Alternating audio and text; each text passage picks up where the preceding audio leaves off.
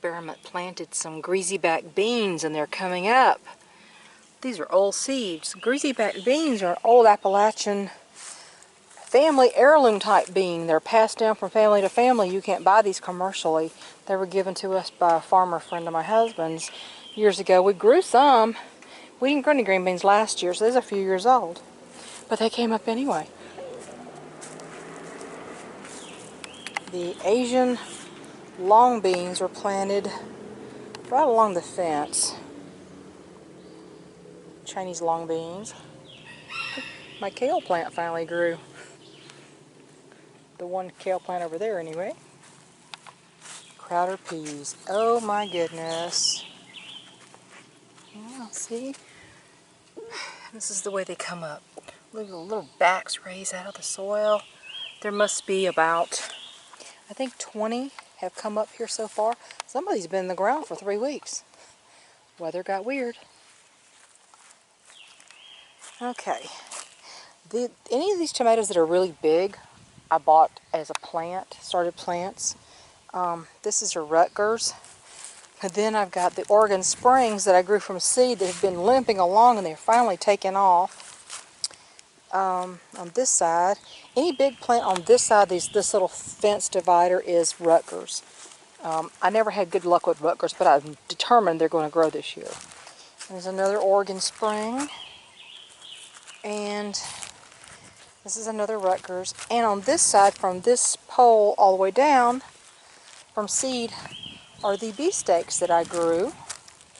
And they're actually finally taking off. On that side, this is a better bush. That has a stalk like a tree. We've been amending it with magnesium, spraying with salicylic acid solution, and what else did we do? Oh, crushed eggshells, dissolved in apple cider vinegar. We've crushed, you see crushed eggshells down around this plant here. We're putting calcium in the soil. All these plants over here that are big, except for that plant down there, these are all Marglobe tomatoes. I've never grown those before. I haven't grown a better bush either. But anyway, hang on, I'm going to show you the elderberries. Elderberries! We have about 10 plants. They're growing really well. Look at that. The ones that grew the best were the ones I got from the eBay seller that were really big stalks. Then I got a set of about 12 little tiny sticks, basically. But from those, these did grow. There's 3 of these that grew. And then there's this here that, I don't know, I'm giving this a little longer. It had some green on it, so I let it go and see if it'll ever take off. But yeah, look at my row of elderberries. Yay! And I planted several butternut squash. There's one we grew from seed. Here's 2 more here. There's a couple between the plastic and that roofing stuff down there. But basically, this was supposed to be squash, and my husband planted the bean plants instead. Or he gave me bean plants, and I planted them, and I put butternut squash, and kept saying, that does not look like squash. But there's another one, butternut squash. But in between here, I just direct sowed some Amish paste tomatoes. I have some on the deck that are just now starting to grow. But here we go over here. These are zucchini. Right here is a lone little honeydew plant. I thought the frost got it.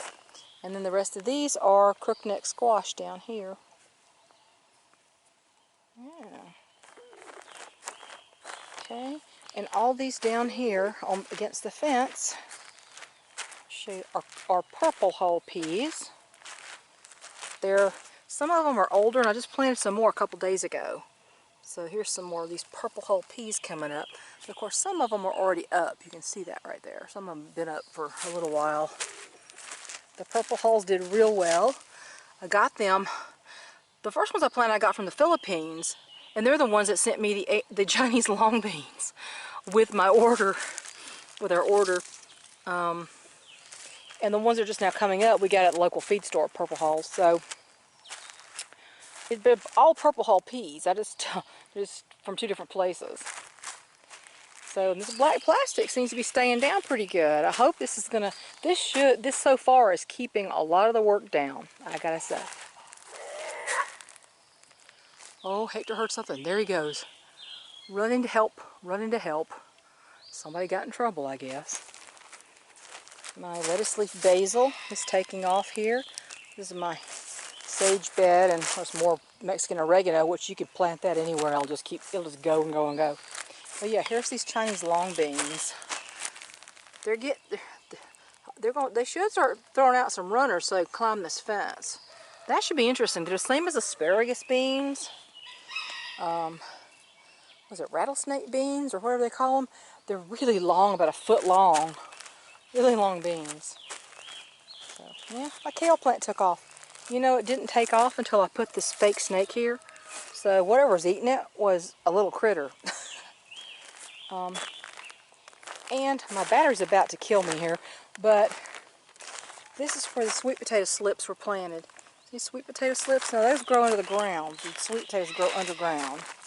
So in a couple of months, hopefully, we'll have some sweet potatoes. But yeah, I think this black plastic is doing good. Now I had to kill some ant beds. Massive ant beds started under one of these pieces of plastic. I finally had to resort to some actual bug spray to eat it and do it. All it did was make them move down. But yeah, look at this bed. Have you ever grown better bush? I've never grown that. Look at the stalk on this tomato plant. It's quite a stalk on that thing. It's determinate, so that means it's not going to grow to be 10 feet tall like some of these do. Indeterminate means it just grows and grows and grows, and you know, you can get a really tall plant. Now, my husband planted peas in a compost pile. This time on purpose. See them? There's about a dozen over there, and there's a bunch over here. We're gonna have us peas, one way or another. These are our Crowder peas. These are not purple hulls. These are our Crowder peas, which started on my grandfather's farm many years ago. Yep. Nothing else will have peas. Well, hello, Thea. You dying to get in this garden with Mama? Well, this kale over here, in spite of the fact this bed has really got a lot of clay in it, at least one row of kale and partial row of kale came up. The lettuce leaf basil I planted here, there's one tiny plant down there. It didn't like this bed very much. It liked the bottom bed. What's wrong, Thea? What are you doing, Thea? And of course, right here, we've got some okra. Okra's great because it's a really tall plant. It doesn't take up any room. It goes straight up. It just grows straight up. We bought those plants. Our okra seed did not come up. I don't know what was going on with our okra seed. Probably because it's a very hot weather plant, and we planted it when we planted the other things that kind of limped along. But okra doesn't like to limp. Okra don't like to limp. And several of these died in here, the plants, but they're still going along. But yeah, these two peas, at least these two, and probably that one down there, those came from the jar of old peas that my dad gave us years ago. They're still producing. Not just last year's peas, from that post right there on down the other way, I planted last year's peas, but from here this way, I planted the old peas, and they came up. And now these greasy back beans are coming up.